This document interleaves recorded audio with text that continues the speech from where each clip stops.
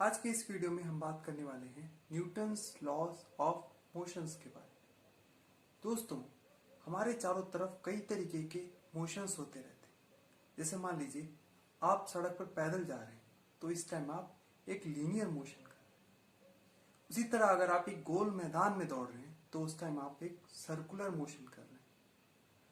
और मान लीजिए किसी सिलेंडर को किसी इंक्लाइंड सरफेस पे आप लुढ़का दें तो वो अपनी एक्सिस के अराउंड रोटेट करने लगता है, तो इस मोशन को हम कहते हैं रोटेशनल मोशन। उसी तरह घड़ी में लगा हुआ पेंडुलम जो अपनी एक्सिस के इधर या उधर मूव करता है, इस टाइप के मोशंस को कहते हैं ऑसिलेशंस। तो न्यूटन, सर आइजैक न्यूटन्स ने इन सारे मोशंस को बड़ी गहराई से ऑब्जर्व किया और इन पे अपने 3 लॉज दिए, और इन तीनों लॉ को उन्होंने उस टाइम अपनी बुक प्रिंसिपल ऑफ मैथमेटिक्स में डिफाइन किया।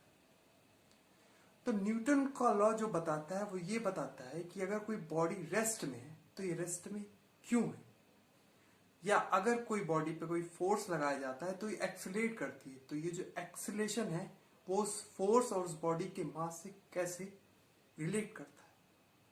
तो आइए चलते हैं अपने न्यूटन का जो फर्स्ट लॉ है उसके बारे में कुछ बात करते हैं। दोस्तों, न्यूटन का जो फर्स्ट लॉ है वो ये बताता है कि अगर कोई बॉडी रेस्ट में है तो इसका मतलब ये नहीं है कि उस बॉडी पे कोई फोर्स नहीं लग रहा है। न्यूटन्स लॉ के अकॉर्डिंग उस बॉडी पे जो फोर्स तो कई सारे लग रहे हैं, पर जो वेक्टर सम है उन सारे फोर्सेस का वो 0 है।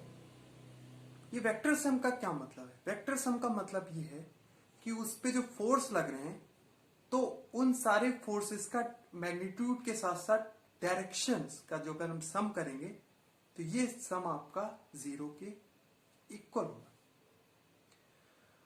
तो एग्जांपल के तौर पे अगर हम बात करें तो मान लीजिए कोई आप ब्लॉक है और वो ब्लॉक किसी सरफेस पे रखा हुआ है, तो ये ब्लॉक जिसका मास m है ये सरफेस पे एक फोर्स लगाएगा नीचे की ओर, जिसे हम कहेंगे ग्रेविटेशनल फोर्स, जो कि होगा mg आपका।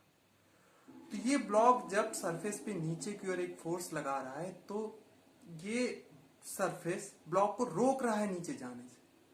इसका मतलब ये है कि ये सरफेस भी एक इस ब्लॉक पर एक फोर्स लगा रहा है। तो ये सरफेस जो ब्लॉक पे फोर्स लगा रहा है इसे हम कांटेक्ट फोर्स कहते हैं, या बेटर कहें तो नॉर्मल कांटेक्ट फोर्स। ये नॉर्मल कांटेक्ट फोर्स इस ग्रेविटेशनल फोर्स के जस्ट अपोजिट डायरेक्शन में लगता है और उतने ही मैग्नीट्यूड के साथ, इसलिए ये कांटेक्ट फोर्स इसे बैलेंस करके रखता है। तो ये बात हो गई कि इसको इसके ग्रेविटेशनल फोर्स को यहाँ पे कांटेक्ट फोर्स यहाँ पे बैलेंस कर रहा है। तो क्या हमने इस ब्लॉक पे जितने फोर्स लग रहे क्या सारे कंसीडर कर लिए? कोई फोर्स अभी रह तो नहीं रहा जी, नहीं, अभी हमारे कुछ फोर्स अभी इस पे रह रहे हैं। जैसे ये ब्लॉक जब सरफेस पे रखा हुआ है तो सरफेस की वजह से ब्लॉक पर एक फोर्स लग रहा है लेफ्ट डायरेक्शन, इस फोर्स को हम फ्रिक्शन फोर्स कहते हैं। उसी तरह ब्लॉक की वजह से सरफेस पे एक फोर्स लग रहा है, वो लग रहा है आपका राइट डायरेक्शन। तो ये राइट और लेफ्ट के फोर्स एक दूसरे को बैलेंस करके रख रहे हैं। तो ये जो चारों फोर्स हैं, इन चारों फोर्सों का जो बैलेंस है वो एकदम इक्विलिब्रियम पे है, तभी, या इनका बोले तो अगर इन सारे फोर्सेस का अगर आप सम करेंगे वेक्टर सम तो ये 0 के इक्वल होगा। तो इसका जो मैथमेटिकल इक्वेशन है वो कुछ इस टाइप का होगा। जो कांटेक्ट फोर्स है n वो आपका अपवर्ड डायरेक्शन में, तो इसे हम पॉजिटिव ले लेते हैं। mg जो कि आपका ग्रेविटेशनल फोर्स है ये डाउनवर्ड्स है, तो इसको हम निगेटिव ले लेते हैं डायरेक्शन की वजह से।